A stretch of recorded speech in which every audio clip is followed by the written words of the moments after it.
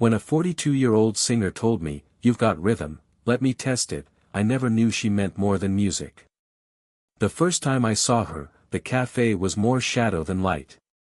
It was one of those tucked-away places where people spoke in half-whispers and the music seemed to rise up like smoke, curling through the air until it reached you whether you wanted it to or not. I had come there by accident, seeking a quiet corner, maybe a cup of coffee before heading home. But then she stepped onto the small wooden stage, and suddenly the room felt different. She wasn't young in the way the other performers were. She didn't need to be. Her presence was sharper, more refined, like she had lived long enough to strip away everything unnecessary. She was tall, graceful, with a confidence that didn't shout but hummed, quiet, steady, impossible to ignore. And when she began to sing, it was as though every word carried the weight of something she had once lost and fought to reclaim. Her voice wasn't flawless, not in the technical sense, but it had something rarer, texture. It slipped through the room like warm honey poured too slowly, thick and lingering, making you lean closer just to catch the shape of each note. Every syllable pressed against me in a way I couldn't name. My chest tightened. My pulse slowed. For a few minutes, it felt like she was singing directly to me, like her voice had found a home inside me without asking permission. I tried to look away, but her eyes found mine. Just for a second. It wasn't deliberate, I told myself, it couldn't be. She had a room full of people staring at her, hanging on to the notes that spilled from her lips. But still, I felt it. The spark of awareness, the sharp edge of recognition that makes you suddenly aware of your own heartbeat. She sang about time, about holding rhythm when the world pulls it away from you. I caught myself tapping the table, unconsciously keeping pace, and in that moment, I could have sworn her mouth curved, just slightly, into a smile. The rest of the cafe blurred, clinking glasses, the shuffle of waiters, murmured conversations fading into nothing. I only remember the sound of her voice and the way her presence filled every corner of me with something I didn't have a name for. When the final note hung in the air, I realized I hadn't touched my coffee. My palms were resting flat against the table, as if bracing myself against a wave. And when she glanced over again before leaving the stage, I felt the strange, unnerving certainty that this was only the beginning. When her set ended, the cafe slowly returned to its usual rhythm, the scrape of chairs, the chatter rising again, spoons stirring coffee cups. Yet, I couldn't shake the way her voice still lingered in the air, like smoke curling long after the fire is gone. I thought she would disappear backstage, maybe vanish into the kind of distance that keeps performers untouchable. But instead, she came closer.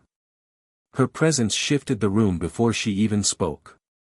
She walked with the unhurried confidence of someone who knew she didn't need to demand attention, she drew it naturally, like gravity. When she stopped beside my table, I looked up too quickly, almost guilty, as if she had caught me staring for too long. "You've got rhythm," she said, her tone both playful and assessing. Her voice, softer now, carried the same warmth I had just heard on stage, only stripped of performance. It was more intimate, direct, like it belonged only to me in that moment. Her lips curved into a small, knowing smile, and I felt heat climb the back of my neck. I'm not sure about that," I managed, my words stumbling over themselves. She tilted her head, studying me with eyes that didn't rush. There was something unsettling in the steadiness of her gaze, as though she could already see past the surface. Then she gestured toward the piano in the corner, half hidden under soft amber light. "Let me test it," she said, and the invitation carried no pressure, just certainty. I followed her almost instinctively, like she had already chosen the path and I was only meant to step into it. The piano bench was narrow, forcing us to sit close. My shoulder brushed against her sleeve, and I caught a faint trace of her perfume, something understated, a blend of jasmine and something darker, richer. It wasn't overpowering, it was subtle, like her. She leaned slightly, pointing out a simple rhythm with the back of her hand on the keys. The sound was soft, almost a whisper. As she did, her sleeve brushed against my arm again, deliberate or accidental, I couldn't tell. But the touch, light as it was, sent a ripple through me, pulling my attention away from the music and into the nearness of her. "Try it," she said quietly, her voice lowering as though the rest of the cafe no longer existed. My fingers pressed the keys, clumsy but eager, and she smiled again, not mockingly, but with a patience that carried weight. The test wasn't about music, not really. It was about something else, something unspoken that tightened the space between us. And as I played, I realized I wasn't afraid of failing. I was afraid of what might happen if I proved her right. Her hand hovered over the keys for a moment before settling gently on mine. It wasn't firm, not controlling, but guiding, her fingers resting lightly across my knuckles as if she wanted me to feel the weight of rhythm rather than just hear it. The warmth of her skin startled me, quiet and steady, and for a second I forgot which notes I was supposed to press. "Don't think too hard," she murmured, her voice low, the words nearly lost beneath the hum of the cafe. "Timing isn't about perfection, it's about listening. Feel the space between the notes." I tried to focus, but the nearness of her made it impossible to separate the lesson from the moment. Her shoulder brushed mine as she leaned closer, her hair falling softly forward so that I caught the faintest touch against my cheek. Every sensory detail sharpened, the faint perfume she wore, the warmth radiating from her arm, the delicate way her fingertip tapped mine into motion. My first attempt was clumsy. The rhythm stumbled, uneven and awkward.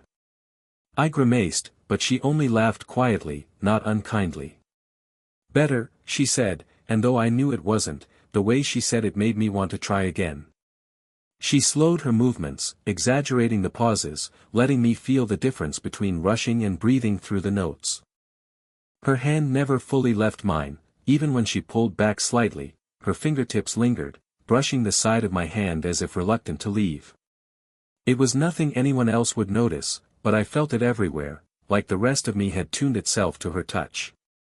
When I managed to find the rhythm, however briefly, she looked at me, not with the critical eye of a teacher, but with something softer. Approval, yes, but beneath that, curiosity.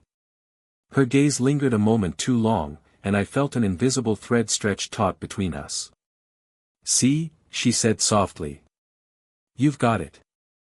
I nodded, though my focus wasn't on the keys anymore. It was on the way her lips curved as she spoke, the faint crease at the corner of her eyes, the subtle vulnerability hidden behind her composure. The cafe's background faded, voices, clinking cups, the shuffle of footsteps, all slipping away until the only sound was the low, uneven rhythm we made together. And in that fragile silence, I realized this wasn't just a lesson in music. It was a lesson in closeness, in trust, in what happens when two people risk leaning too far into a space they might never step back from. For a while, we stayed in that rhythm, her guiding, me stumbling forward, both of us caught somewhere between music and silence. But then her hands slowed, and the notes faded into stillness. She didn't move away, though. Instead, she let her fingers rest lightly on the keys, her gaze fixed on them as if the piano might answer something she couldn't say out loud. "You know," she began softly, her voice stripped of the certainty it had carried before, "people think standing up there," she tilted her head toward the stage, "means you figured it all out. Confidence, control, the spotlight." Her lips pressed together in a small, humorless smile. "But it's not always like that." I stayed quiet, sensing she wasn't speaking for my response, but because she needed to hear the words leave her own mouth. "There are nights I wonder if I still belong there," she admitted. Her tone carried no drama, just honesty, the kind that feels heavier because it's unadorned. "Younger singers come in, fresh, bright, unstoppable. And she paused, her fingers pressing one soft, broken chord. "I worry I'm just, fading." The admission hit me harder than I expected. To me, she had seemed unshakable, commanding the room with her presence, pulling me into her orbit without effort. To hear her doubt herself felt like watching a fault line open in stone. Without thinking, I placed my hand over hers on the piano. It wasn't rehearsed or bold, just instinct. Her skin was warm beneath mine, her knuckles slightly tense at first, then softening under the weight of my touch. She didn't look at me immediately, instead, her eyes lingered on our joined hands, as though studying the simple fact of contact. When she finally lifted her gaze, I saw more than confidence. I saw weariness, fear, and something else, something she was trying to hide but couldn't fully mask, the longing to be seen, not just admired. "You belong there," I said quietly, certain of it in a way that surprised me. "And not because of being younger or older, but because when you sing, people feel it." "I feel it." Her breath caught, almost imperceptibly, and a faint color touched her cheeks. For a heartbeat, the air between us thickened with silence, charged yet tender. She didn't pull her hand away. Instead, she let mine rest over hers, her thumb brushing ever so slightly against my palm, as though testing how much closeness she dared allow. Then, with a soft clearing of her throat, she turned back to the keys. But the rhythm she struck this time was slower, gentler, less a lesson, more a confession carried in sound. After her confession, words seemed unnecessary. The room carried a new kind of stillness, one that wasn't empty but alive, thick with unspoken things neither of us dared say aloud. She began to play again, slower this time, her fingers moving with a tenderness that felt less like instruction and more like memory. I followed, hesitant at first, then steadier, letting myself sink into the rhythm she created. We didn't talk. We didn't need to. The music became our language. Every brush of her hand against mine, every accidental collision of fingers, held the weight of a question and an answer all at once. My pulse quickened each time our skin touched, though neither of us flinched away. Instead, we let the moments linger, letting silence fill the spaces between notes. I became aware of how close we sat, our shoulders aligned, our breaths slowly falling into rhythm with the music. The cafe had nearly emptied, the scattered clink of glasses fading as the staff busied themselves in the background. The soft amber light cast long shadows across the wooden floor, turning the piano into an island of warmth in a darkened room. Her focus stayed mostly on the keys, but occasionally, her gaze drifted toward me. Not long stares, just brief, searching glances, like she was trying to measure what sat unspoken between us. I caught one of those glances, and for the first time, neither of us looked away. Something tightened in my chest, the awareness of her, of this moment, pressing against me in a way I couldn't ignore. The notes we played blurred into something fragile, imperfect, yet deeply ours. It wasn't performance anymore, it was presence. Each sound hung in the air like a heartbeat, echoing longer than it should, as if the room itself was reluctant to let them go. I wanted to speak, to say something about how it felt, about the pull that had begun the moment she stepped on stage, but the words caught at the back of my throat. They would sound too heavy, too soon. So instead, I let my hand rest just a fraction longer on the keys after hers touched them, testing the boundaries of closeness. She didn't move away. If anything, her fingers curved slightly, brushing mine with an intention that felt deliberate. My chest tightened, not with fear but with an overwhelming sense of inevitability, like we had stepped into a rhythm neither of us had chosen, but both were meant to follow. When the last chord faded, silence fell heavy around us. And in that quiet, I knew, this wasn't just about music anymore. This was the beginning of something neither of us could deny. She let her fingers rest on the keys for a moment, then turned to me with a look that was half challenge, half invitation. The curve of her smile carried something unspoken, daring me, testing me, drawing me deeper. "Can you follow me?" she asked, her voice low, almost conspiratorial, no matter the tempo. The question wasn't really about music.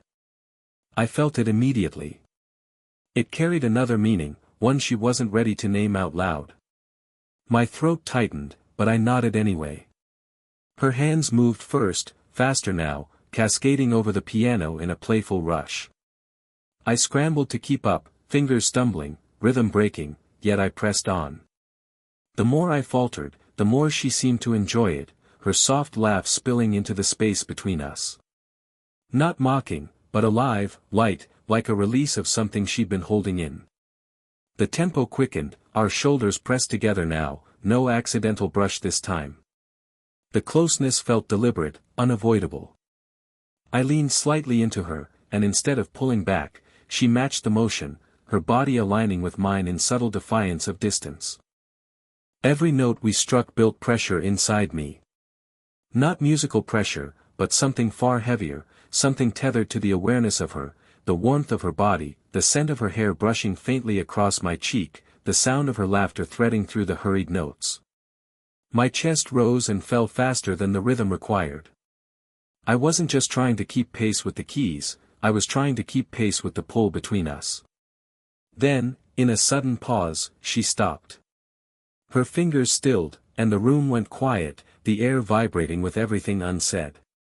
She turned her face toward me, so close I could see the faintest crease at the corner of her lips, the subtle lift of her chest as she held her breath.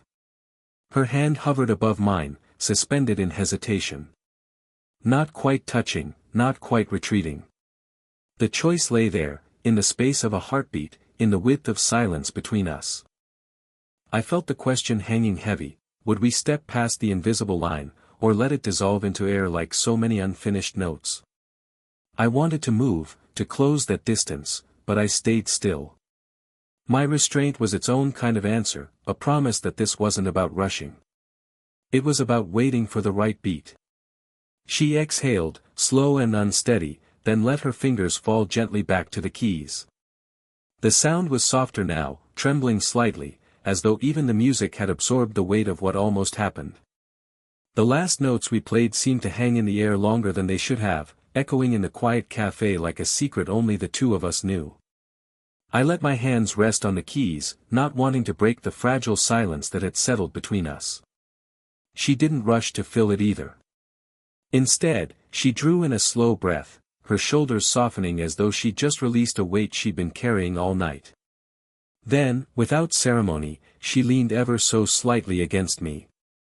Her head rested against my shoulder, light at first, like she wasn't sure she should, but then with a quiet surrender that made my chest ache. My entire body went still, aware of every point of contact, the warmth of her temple brushing my jawline, the gentle rise and fall of her breathing, the way her arm shifted so that her hand brushed along my forearm. "You've got rhythm," she whispered again, but this time the words were stripped of challenge. They weren't a test anymore. They were soft, tender, almost an admission. I swallowed hard, unsure how to answer.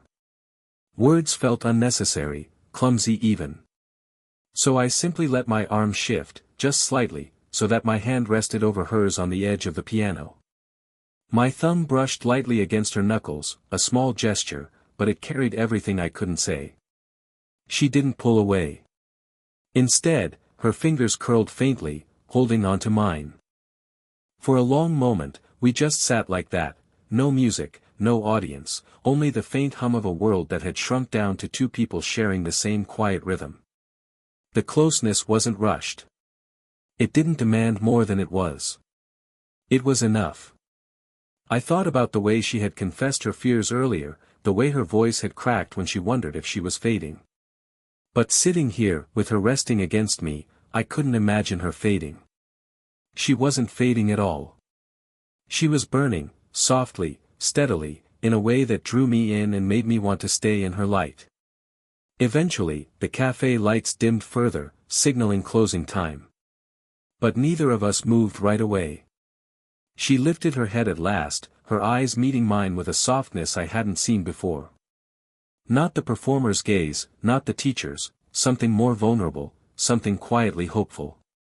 No grand declarations, no dramatic endings. Just two people sitting close, finding a rhythm together in the silence. And in that stillness, I knew, whatever this was, however uncertain, it was real. And that was enough to begin.